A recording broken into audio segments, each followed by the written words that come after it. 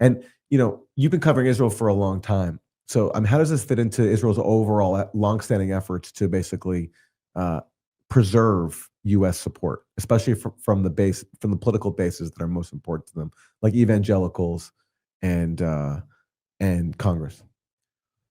Well, Israel's support is completely top down in the U.S. The bottom has dropped out of it. So this is, I mean, these three articles should be read as a kind of inside story of how Israel lost the right wing grassroots. They're gone. They're completely gone. And at the same time, there's a recognition, which is correct, that the media still plays a role in shaping opinion. So Israel's buying, they're literally buying every media entity they can. And the way this is being interpreted in mainstream media, which is sort of liberal, is that it's a pro-Trump media takeover. They're like pro-Trump forces are taking it over, and Oracle is backing it. What is Oracle? Oracle's Larry Ellison. Larry Ellison on Ellison's Island, hosted in his private island in Hawaii, Benjamin Netanyahu. Larry Ellison's biggest issue is Israel. And Oracle has, it grew out of the CIA. It's basically a data contractor for the CIA, the intelligence world, and it's building data centers across the US to drive the AI so-called revolution. But Larry Ellison's interests lie with Israel. So do his sons.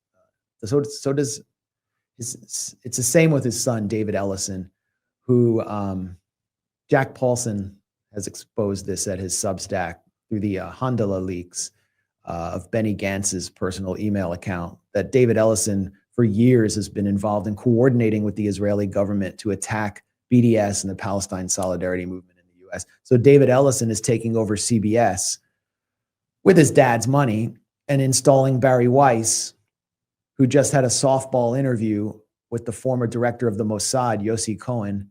Didn't ask about Epstein until the lightning round at the end. It was just a complete softball, humanizing interview of this mafia don. And then there's TikTok. I mean, yes. Again, Oracle is buying TikTok along with Andreessen Horowitz. Yeah. Mark Andreessen, venture capitalist. He's blocked me. His father is David Horowitz. So right? Robert Horowitz's father's David Horowitz, who is the mentor of Charlie Kirk, by the way, but who is like one of the most anti-Palestinian fanatics our country has ever known, who was funded, his whole political empire was funded by Robert Shillman, who I mentioned before. There we go. Andreessen Horowitz is just a ultra-Zionist Likud venture capital consortium that is partnering with Larry Ellison to take over TikTok. So basically, Trump is the host body for Israel in all of this. Yes. And liberals only see, the clouds, and they're not seeing the sky behind it. And Israel controls Trump, and so these will be ostensibly pro-Trump networks, but they will advance Israel's agenda. Yeah, the White House press secretary Levitt, she said this week, ahead of the deal being signed, that Trump has finalized for the Ellisons to get TikTok along with his partners you mentioned, that the new TikTok algorithm will be secured and retrained. So what does that mean? They're going to suppress all the images that got them to force the sale of TikTok in the first place, which is of murdered Palestinians in Gaza. Mitt Romney and Antony Blinken openly admitted that when they did a little fireside chat publicly, where they talked about how TikTok was a major problem because it was letting people see images of the Gaza Holocaust, and Mitt Romney and Blinken agreed that that was a major threat. And it's openly admitted that initially there was some hesitancy on Capitol Hill to go after TikTok, but after October 7th, that changed because TikTok was letting young people see and share the truth about the Gaza genocide. And so that's what leads us now to yet another major platform being handed over to Zionist billionaires. And by the way, the Ellisons, Larry Ellison, his son, they're also making a bid to buy CNN. Yeah. So we could have a situation where the Ellisons control CBS News, CNN, and also TikTok. And they've bought all conservative media. Newsmax is now funded by the Israeli Foreign Ministry, and they're sending influencers over to Israel. One American News, I have it was told by a former producer there that Miriam Adelson has funded them. Really, sometimes that channel has done some anti-war stuff. Well, I'm supposed to go on Matt Gaetz's show tomorrow to talk about all this, and he's been pushing back really hard against. He's part of the conservative revolt against Israeli control. He'll be gone soon if he keeps it up.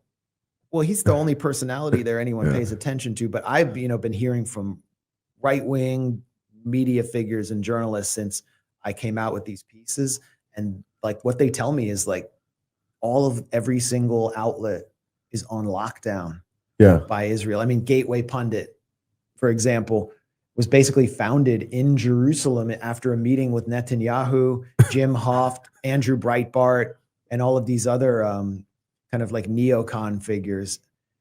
And there's no room for debate there.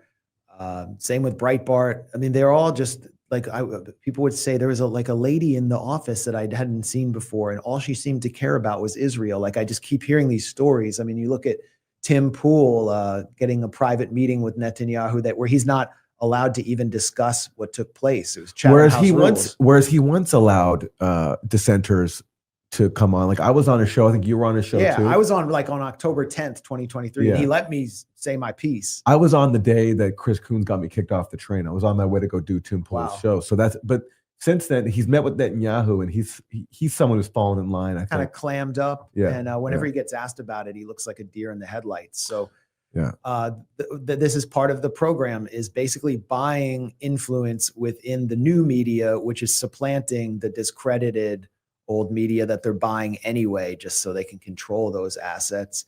And that's what the Bill Ackman Hamptons Influencer Summit was about. It's like just buying impressions, buying clicks for Israel through these completely avaricious, vapid figures like Xavier Durousseau. This guy's basically just like a child actor. He just wants to like be an actor. And so wealthy Zionists are paying him and they're writing his script. And if you go to his Instagram account, like the categories are all like Zionism, Israel. He is a black man from Louisiana.